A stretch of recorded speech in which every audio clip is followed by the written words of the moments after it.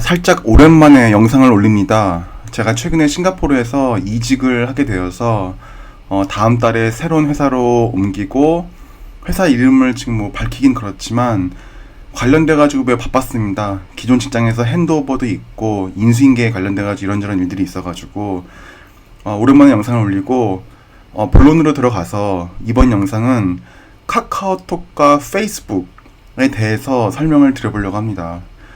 제가 카카오톡이 주가가 최근에 많이 올랐을 때 15만 넘고 그랬을 때는 카카오톡에 대해서 되게 안 좋게 봤고 뭐 지나간 일이라서 이렇게 얘기하는 게 아니라 제가 기존 영상을 보면은 카카오톡은 국내 그러니까 대한민국에 한정된 비즈니스를 하기 때문에 한 국가에 한정된 비즈니스를 하는 플랫폼 기업은 결국은 국가 경제 GDP에 기여를 하지 않는다. 뭐 하긴 하겠지만 결국은 그 밥그릇 싸움이고 그 국가 내에서만 산업을 뺏어가는 시기이기 때문에 카카오톡의 발전에는 한계가 있고 카카오톡이 플랫폼 기업으로서 해외에 활발하게 사업을 하면은 해외에 부를 창출해서 이걸 국내로 수입으로 끌어들이면 되는데 그런 것도 아니고 국내 기업으로 한정되기 때문에 삼성전자 같이 제조기업으로서 수출을 해서 GDP를 일으킴으로써 국가 경제에 도움을 주는 기업이라기보다는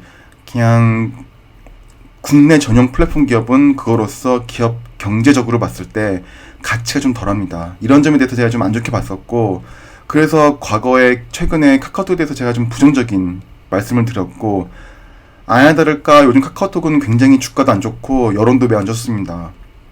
여론이 안 좋은 이유는 다들 아시다시피 문어발식 확장 뭐 꽃배달부터 해가지고 상조 뭐 근조 그리고 뭐 택시 산업에 대한 이제 택시 기사로부터도 수수료를 받아먹고 이런저런 문어발식 확장을 하면서 그와 동시에 오너 일가 친척에게 문어발식 확장 계열사 기업들을 이것저것 나눠주는 이런 식으로 좀 도덕적으로도 그렇고 코퍼레이트 거버넌스 차원에서도 문제가 좀 있는 걸로 보이고 문어발식 확장에 대한 소상공인들에 대한 밥그릇을 빼앗는 것 이런 것들로 해가지고 카카오톡은 이런저런 여론이 안 좋고 분위기가 안 좋습니다. 카카오톡과 제가 페이스북을 비교해서 왜 카카오톡이 아닌 페이스북을 투자해야 하는지 말씀을 드리려고 합니다. 뭐 간단하게 비교한다기보다는 좀 더 자세히 들어가서 설명을 드려보려고 합니다. 페이스북을 제가 기존에 종목 분석 영상에서 설명드린 적이 있지만 이참에 좀 자세하게 설명을 한 번 더 드려보려고 합니다. 여러 관점에서 봐주시면 좋을 것 같고 일단 카카오톡은 주가가 뭐 계속 떨어졌습니다. 엄청 떨어져서 떨어진 주가임에도 불구하고 현재 PER은 111배. 굉장히 높습니다. 뭐 지금 이 주가가 뭐 장기적으로 더 오를지 내려갈지는 모르겠지만 어쨌거나 현재 이제는 그 밸류에이션을 봤을 때는 PER 기준으로는 111배면은 카카오톡의 주가는 매우 높은 편입니다. 이걸 제가 페이스북과 비교를 해보면 페이스북 같은 경우에는 2009년부터 올해까지 겨우 12년 동안의 PER 차트를 보여줍니다. 보시면은 2017년부터 이렇게 보시면 PER이 32, 33 맨 아래 차트입니다. 그래프 맨 아래 거고 26, 17 이런 식으로 됐다가 지금 2020년부터 2021년까지는 보면은 PER이 매우 안정되게 내려와 있습니다. 좀 더 좁혀서 보면은 PER이 현재는 높지 않은 구간으로 27 정도. 페이스북 같이 글로벌적으로 압도적인 시장 점유율을 가지고 있는 기업이 27인데 카카오톡의 PER은 111입니다. 4배입니다. 4배. 그러기도 하고 제가 또 보여드릴 것이 카카오톡에 관련된 기본적인 재무 제가 여기서 자세히 볼 건 아니지만 연간 실적을 보면은 5조 9천억의 매출액에서 2021년 10월 기준이니까 2021년 에스티메이트 추정치입니다. 영업이익은 8.1 영업이익이 8.1인데 그러니까 8,100억인데 매출액이 5,900억이란 뜻은 영업이익이 대략적으로 한 10%가 좀 넘는 금액 대략적으로 한 10몇 % 정도인데 이에 반해서 페이스북을 보여드리겠습니다. 페이스북은 제가 2021년 지난 6월달, 7월달, 6월달 그때 이제 최근 분기 실적을 보여드리면 똑같은 영업이익, 오퍼레이팅 마진은 전년 분기가 43%입니다. 카카오의 3배 넘습니다. 압도적인 영업이익률을 보여주고 있고, 플랫폼 장사를 하는 카카오톡은 플랫폼 기업임에도 불구하고 이렇게 영업이익 기준으로는 매우 낮습니다. 그런 것도 있고, 물론 매출은 계속 올라갑니다. 매출은 계속 올라갔지만 영업이익의 한계는 있고, 매출이 올라감에도 불구하고 카카오톡 같은 경우는 액티브 유저를 제가 자료들을 이번에 좀 많이 찾아봤는데, 카카오톡 같은 경우는 이제는 이게 액티브 유저입니다.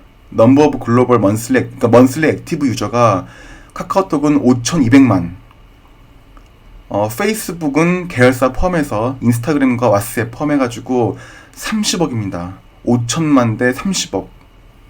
그리고 카카오톡은 보시다시피 2013년부터 14년까지 이때 스마트폰의 보급에 힘입어서 공급자, 가입자 수가, 액티브 사용자 수가 확 늘었지만 그 다음부터는 꽤 완만하게 오르고 있습니다.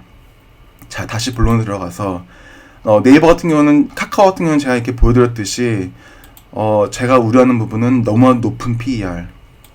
제가 국내에 있는 바이오 기업들도 PER이 너무 높다라는 식으로 제가 좀 만족해 본 적이 있는데, 카카오도 거의 유동성으로, 그러니까 국내 개인 투자자들이 정말 미친 듯이 사들여가지고 종목이 매우 고평가되어 있는데, 이렇게 생각을 하고, 그 카카오톡 같은 경우는 보면 이렇게 최근에 안 좋은 여론과 더불어서 주가가 이렇게 폭락을 했습니다. 폭락을 하고 또 떨어지고 또 떨어지고 이런 흐름을 보여주고 있습니다. 반면에 제가 왜 카카오톡 같은 기업보다는 페이스북이 난지 설명을 드리겠습니다. 카카오톡과 페이스북 두 종목 중에 한 종목을 투자하려고 하면은 카카오톡을 고려할 이유는 전혀 없습니다. 자, 페이스북을 보여드리면 이렇게 5년 차트를 보면은 5년 동안 주가가 꽤 가파르게 오른 것처럼 보이지만, 제가 보여드렸다시피 이렇게 이 PER 기준으로 보면은 PER이 그렇게 놀라가진 않았습니다. 그 뜻은 뭐냐면, 페이스북은 돈을 엄청나게 벌어들이고 있고 앞으로 계속 벌어들이고 있는 기업이고, 순이익이 지속적으로 증가하기 때문에 이런 주가가 오름에도 불구하고 PER 측면에서의 밸류에이션은 높지 않다. 이걸 보여드리는 거고, 이걸 또 보여드리는 게, 참조로 이걸 보여드리면, 자, 이거는 제가 마켓비트 사이트에서 현재 애널리스트들의 컨센서스 목표 매수가 평균을 보여줍니다. 보면은 현재 주가 대비해서 현재 주가가 364불이고 애널리스트 타겟 목표 매수가는 306불. 그러니까는 현재는 11.44% 정도 저평가되어 있다라고 얘기를 합니다. 이게 절대적인 숫자는 아니지만 페이스북이 다른 팡이나 다른 나스닥 기업들에 비해서 현재 고평가는 절대 아니다 라고 보입니다. 이 차트만 봐서도 이렇게 보이지만 이것뿐만이 아니라 제가 늘 보는 것이 요 PER 차트 트렌드. PER의 과거 10년 넘은 트렌드를 봐도 현재 PER은 페이스북이 고평가가 아닙니다. 즉 언제 들어가도 결국은 괜찮을 거라는 걸로 저는 보입니다. 페이스북 같은 경우는 이렇게 주가 차트를 보고 또 이걸 보면은 현재 레비뉴랑 이런 것들을 보여줍니다.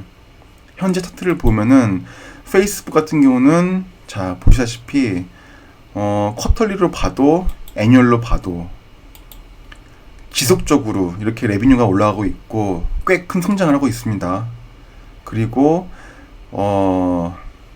넷 프로핏 마진, 그러니까 순이익률이 무려 37%입니다.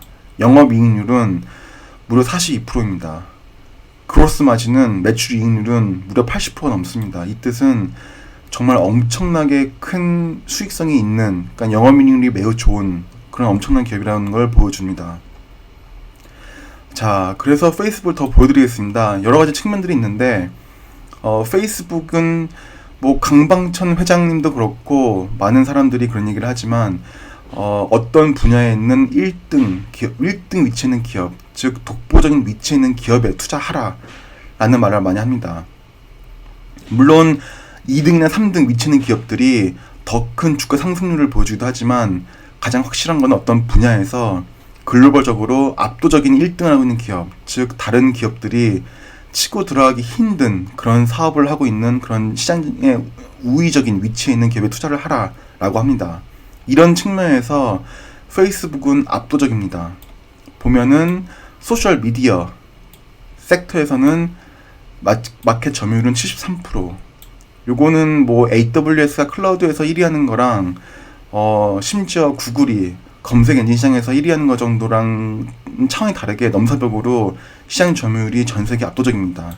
여기서 인스타그램까지 합치면 더 어마어마하고, 불과 2위가 트위터고 3위가 핀터레스트인데 10%가 채 되질 않습니다. 그 뜻은 페이스북은 소셜 네트워크에서는 정말 절대적인 강자고, 현재까지는 경쟁자가 나타나기 힘든 구조다라는 걸 보여줍니다. 다음 절을 보여드리겠습니다. 다음 절을 보면은 페이스북이 가지고 있는 5개의 기업들을 보여주는데, 그 중에 가장 유명한 걸 2개를 아시다시피 2개가, 하나는 인스타그램, 또 하나는 왓츠앱입니다. 저 같은 경우는 한국에 사는 사람이 아니고 싱가포르에 살기 때문에 카카오톡은 한국에 있는 가족과 교신하는 용도 아니면은 전혀 사용을 하지 않습니다. 왓츠앱을 사용을 하고, 왓츠앱이 가령 뭐 크롬 같은 웹 브라우저에서 그러니까 외부로 보기도 편하고, 카카오톡은 컴퓨터로 하려면 카카오톡 프로그램을 깔고 해야 되는데 왓츠앱은 그런 게 없습니다. 뭐 이런 것도 그렇고 여러 가지로 봤을 때 저는 왓츠앱이 훨씬 편한데, 왓츠앱은 전 세계 1위 메신저고, 전 세계 1위 메신저인 왓츠앱의 소유는 페이스북이 하고 있습니다. 그리고 또 보여드릴 자료가, 자, 그러니까 most popular global mobile messenger니까 전 세계의 모바일 메신저의 절대 강자는 누구냐라는 걸 보여주는데, 왓츠앱이 2빌리언, 20억. 그리고 놀라운 거는 페이스북, 왓츠앱도 페이스북 거니까 페이스북 메신저가 13억.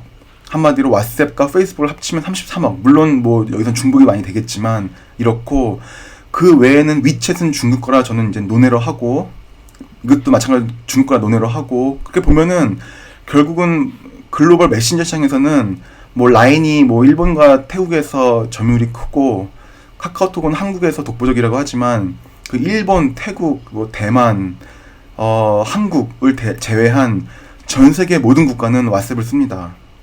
그 정도로 왓츠앱은 절대적이고, 이런 왓츠앱을 가지고 있는 기업이 페이스북이고, 이런 왓츠앱, 카카오라는 기업이 카카오톡의 절대적인 시장 점유율을 이용해서 글로벌, 그러니까 문어발식 확장 사업을 하듯이 이걸 페이스북에 적용을 하면은 왓츠앱의 절대적인, 전 세계적인 절대 우위에 있는 시장 점유율을 이용해서 왓츠앱을 통한 시장 부가가치 창출은 무궁무진할 수도 있습니다. 이런 측면을 보여주고 있고, 또한 카카오톡 제가 보여드린 거고, 또 보여드릴 게 뭐냐면, 왓츠앱 같은 경우는 현재는 뭐 미국이나 싱가포르나 그런 데서는 안 하고 있지만 왓츠앱 페이가 있습니다.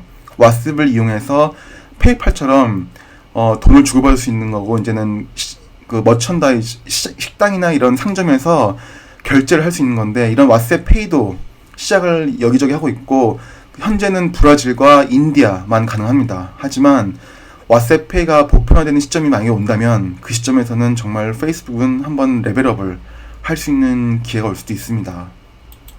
자, 그리고 또 하나는 제가 옛날에 말씀드린 적이 있지만, 페이스북은 이 검색 엔진을 통한 이런 인터넷 광고 시장에서 시장 점유율이 2위입니다. 구글 다음으로 2위, 막강한 2위이고, 그 다음에 3위가 아마존. 하지만 아마존 같은 경우는 이커머스에 한정된 시청자가 이커머스에 한정된 유입자를 대상으로 광고를 하기 때문에 약간 한계는 있고, 다만 페이스북은 구글의 다음으로 절대 2인자. 페이스북이 이 광고 시장에서 구글을 뛰어넘을 수는 없을 것 같습니다. 그런 일은 벌어지지 않겠지만 이 정도 마켓시어는 그래도 쭉 가져가지 않을까라는 생각을 합니다.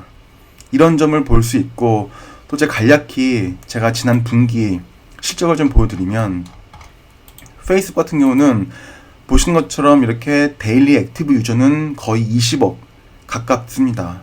하지만 보시면은 페이스북의 패밀리데이, 패밀리는 뭐냐면은 페이스북에서 페이스북뿐만 아니라 인스타그램, 메신저, 왓츠앱을 포함한 페이스북 계열사의 데일리 액티브 유저를 보면은 무려 27억, 거의 30억입니다.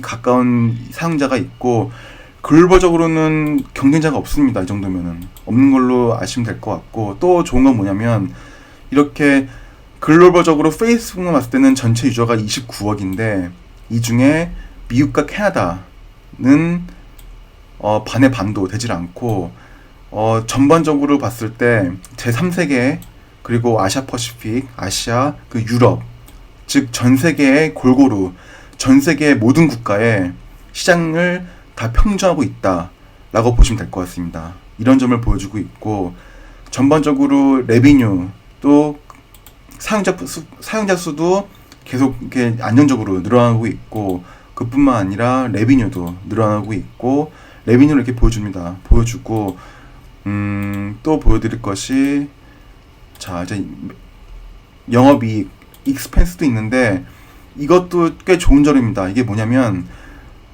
매출 대비해서 비용을 보여줍니다.